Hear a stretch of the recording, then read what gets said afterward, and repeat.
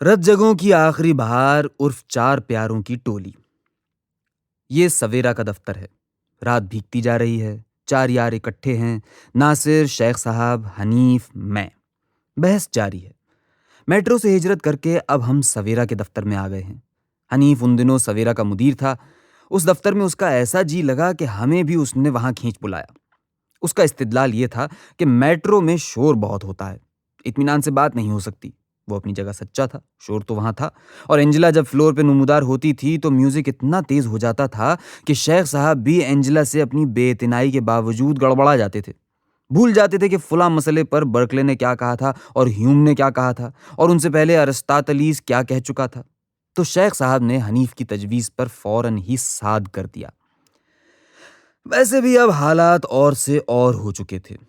ناصر کی شادی ہو چکی تھی، اس کے ساتھ ہی آوارگی اور شب بیداری کا گراف نیچے آ گیا، اور اب ڈار بھی لمبی نہیں رہی تھی۔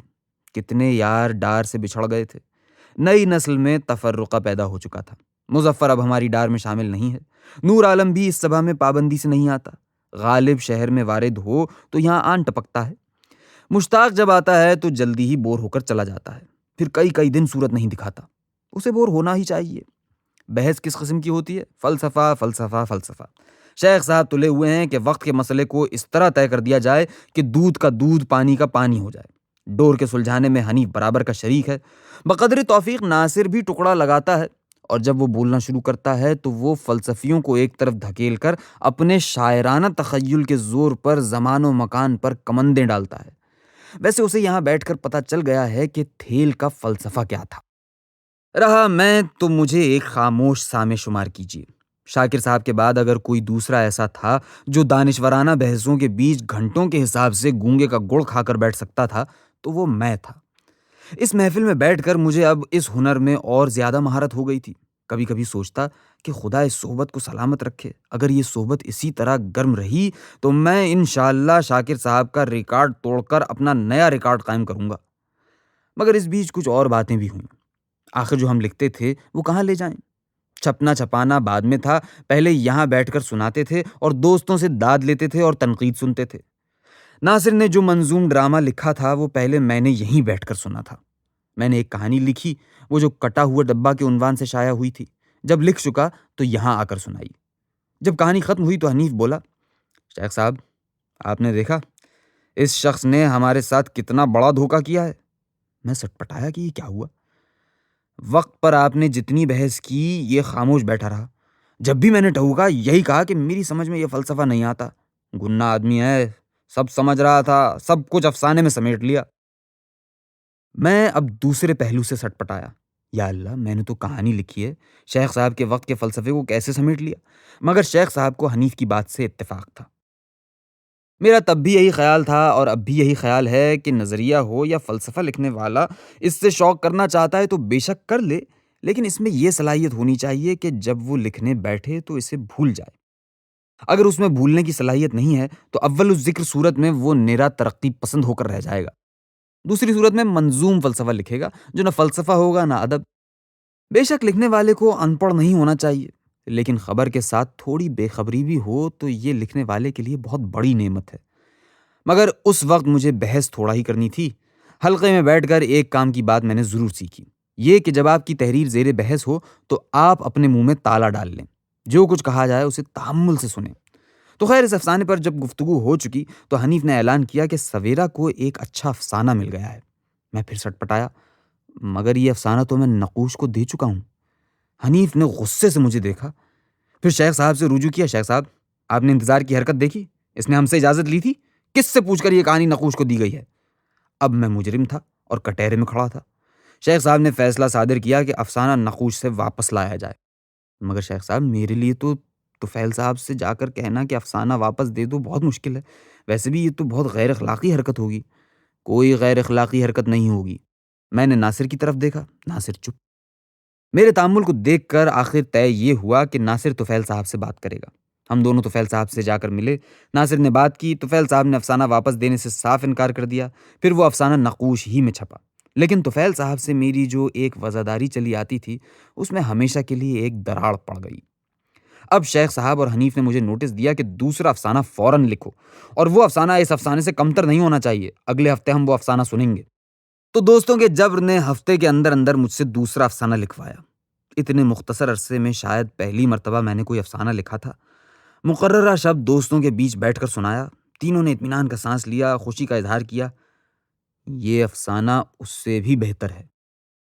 یہ وہ افسانہ تھا جو سویرا میں سیڑھیاں کے عنوان سے چھپا اور اب میرے کسی مجموعے میں شامل ہے۔ کیونکہ اس وقت میرے سبھی دوستوں نے اس افسانے کو پاس کر دیا تھا، بعد میں میرے سمجھدار نقادوں نے بھی اسے لائق توجہ جانا، سو کیا مذائقہ ہے کہ میں اسے اپنی اچھی تحریروں میں شمار کر ہی لوں۔ سو اگر ایسا ہے تو پھر میں یہ کیوں مانوں کہ جبر سے اچھا شعر، اچھا افسانہ نہیں لکھوایا جا سکتا؟ ہاں، یہ دیکھنا پڑے گا کہ جبر کی نوعیت کیا ہے اور جبر کرنے والا کون ہے، ڈکٹیٹر، پارٹی لائن، یا وہ دوست جو تمہارے تخلیقی جذبے کو اکسا رہے ہیں یا تخلیقی غیرت کو للکار رہے ہیں۔ ہاں، مجھے اپنا ناولٹ دن بھی شاید اسی کھاتے میں ڈالنا چاہیے، چونکہ اس وقت حنیف نے سویرا کے لیے چند منتخب لکھنے والوں کو ناولٹ لکھنے کی دعوت دے رکھی تھی۔ لگے ہاتھوں مجھے بھی نوٹس دے دیا کہ اس نمبر کے لیے تمہیں ناولٹ لکھنا ہے اور ہر صورت لکھنا ہے۔ تو کیا میں اس ناولٹ کو بھی حنیف رامے کی جبر کا ثمر کہوں؟ مجھ سے غالب یہ الائی نے غزل لکھوائی۔ پھر کچھ مزاج کی بھی بات ہوتی ہے۔ حنیف نے سویرا کے لیے ناصر پر بھی ایسی ہی پابندی لگائی تھی، اس سے میر پر مضمون لکھوانا تھا۔ مت پوچھو کہ ناصر کو کس کس طرح گھیرا گیا، کیا کیا پابندیاں عائد کی گئیں۔ حسن طارق نے اپنی فلم کے لیے اس سے گیت لکھنے کی فرمائش کی، ناصر فوراً آمادہ ہو گیا۔ مگر اس کے بعد کیا ہوا؟ ٹی ہاؤس میں روز شام کو حسن طارق کا فون آتا، ہمارا کام اسے یہ بتانا تھا کہ آج ناصر ٹی ہاؤس نہیں آیا۔ جب وہ ٹی ہاؤس آتا تو ناصر سٹک کر باتھ روم میں چھپ جاتا اور ہم حسن طارق کو بتاتے کہ ناصر آیا تو تھا، کسی کے ساتھ چلا گیا۔ ناصر کو ایک برس حلقے کے سالانہ اجلاس کی صدارت کرنی پڑ گئی، مگر خطبہ کیسے لکھا جائے؟ ناصر سے کچھ بھی لکھنے کو کہہ دو، بس سر پہ مصیبت کا پہاڑ ٹوٹ پڑتا تھا۔ اجلاس کے بیچ 2 دن رہ گئے، منتظمین پریشان کہ خطبہ کب لکھا جائے گا، کب چھپے گا۔ ناصر کی ڈھونڈیاں پڑی ہوئی تھی، ناصر غائب تھا، بڑی مشکل سے برآمد ہوا، اب اس کے لیے مفر نہیں تھا۔ گھبرایا ہوا میرے دفتر آیا، بولا بڑی مشکل ہے، حلقے کا خطبہ لکھنا ہے۔ پھر لکھو۔ کیسے لکھوں؟ ویسے جو کہنا چاہتا ہوں وہ تو سارا ذہن میں ہے۔ اور اس نے بتانا شروع کیا کہ اس خطبے میں وہ کیا کہنا چاہتا ہے، مگر اس کا مضمون کیسے بناؤں؟ میں نے وہی نسخہ استعمال کیا جو مولیر کے اس کردار کے استاد نے استعمال کیا تھا، جو فنون لطیفہ اور شاعری کی تعلیم حاصل کرنے کے بعد استاد سے ملتجی ہوا کہ اب مجھے بتائیے کہ نثر کیا ہوتی ہے اور نثر لکھنے کا فن سکھائیے۔ استاد نے کہا کہ جو تم بول رہے ہو یہی نثر ہے۔ وہ سخت حیران ہوا کہ اچھا، تو میں ساری عمر نثر بولتا رہا ہوں۔ میں نے ناصر سے کہا کہ جو تم بول رہے ہو یہ بنا بنایا مضمون ہے، بس اسے اسی طرح لکھ دو۔ مگر لکھوں کیسے؟ بس قلم اٹھاؤ اور لکھنا شروع کر دو۔ مشکل یہ ہے کہ جب میں نثر لکھنے کے لیے قلم اٹھاتا ہوں تو قلم اور کاغذ کے بیچ میں صحرائے اعظم آ جاتا ہے۔ اچھا تم بولو، میں لکھتا ہوں۔ ناصر تھوڑی دیر بولتا رہا، میں لکھتا رہا۔ اچھا لاؤ اب میں خود لکھ لیتا ہوں۔ اب ناصر کو یقین آ گیا تھا کہ وہ جس طرح بول رہا ہے اسے اسی طرح لکھ دیا جائے تو خطبہ تیار ہو جائے گا۔ تھوڑی دیر تک لکھنے کے بعد بولا یہاں سے اٹھو، چائے خانے میں چل کر بیٹھتے ہیں، پھر لکھتے ہیں۔ لیجئے، قریب کے ایک چائے خانے میں چل کر بیٹھ گئے۔ ناصر نے وہاں بیٹھ کر اچھا خاصا لکھ لیا۔ اچھا اب ٹی ہاؤس چلتے ہیں۔ ٹی ہاؤس میں بیٹھ کر چائے پی، کچھ سطروں کا اضافہ ہوا وہاں۔ اچھا اب میں چل پڑا ہوں، گھر جا کر مکمل کروں گا۔ بلی اپنے بچے کو ساتھ گھر جھنکاتی ہے، پھر اس کی آنکھیں کھلتی ہیں۔ ناصر نثر لکھنے کے معاملے میں بالکل بلی تھا، لکھنا رو رو کر، بولنا فراٹے کے ساتھ۔ لیجئے کیا بات یاد آئی، وہ تو میں بھولا ہی جا رہا تھا۔ انہی دنوں جب ہم سویرا کے دفتر میں بیٹھتے تھے اور آدھی آدھی رات تک بولتے تھے، میں نے اور ناصر نے ایک اور واردات کر ڈالی۔ واردات ناصر ہی نے کی، میں تو بس لقمہ دے رہا تھا۔ اسے آپ ٹیبل ٹاک کا شگوفہ کہہ لیں۔ یہ شگوفہ کیسے پھوٹا؟ ہم شام کو ٹی ہاؤس میں اکٹھے ہوئے۔ طریقہ یہی تھا کہ ٹی ہاؤس میں اکٹھے ہوتے، یہاں باری لگا کر پھر سویرا کے دفتر کی طرف جاتے۔ تو شیخ صاحب کا انتظار تھا، وہ آئے نہیں۔ مشتاق کو موقع ملا، ناصر علمو بس کریو یار، شیخ صاحب کا علم تمہاری غزل کو لے بیٹھے گا۔ مشتاق نے بات کیا کی تھی، ایک تیر مارا تھا کہ ناصر کے دل میں جا کر ترازو ہو گیا۔ اٹھو یار یہاں سے، ناصر نے جھرجھری لی، آج شیخ صاحب نہیں آئیں گے، سویرا کے دفتر کا پروگرام موقوف، میٹرو چلتے ہیں۔ کتنے دنوں بعد ہم میٹرو آئے تھے، اتنا آباد نہ صحیح مگر نقشہ وہی تھا، وہی انجلا، وہی سندلی بلی، وہی سلیم شاہد کا ٹہلتے ٹہلتے آنا اور ناصر سے شعر کی فرمائش کرنا۔ سلیم شاہد کا گھر لکشمی مینشن میں تھا، منٹو صاحب کے گھر کے برابر۔ مگر خانہ برباد نے جانے کن حالات میں کب گھر چھوڑا تھا۔ اب تو یہی لگتا تھا کہ صدا سے میٹرو میں رہتے ہیں۔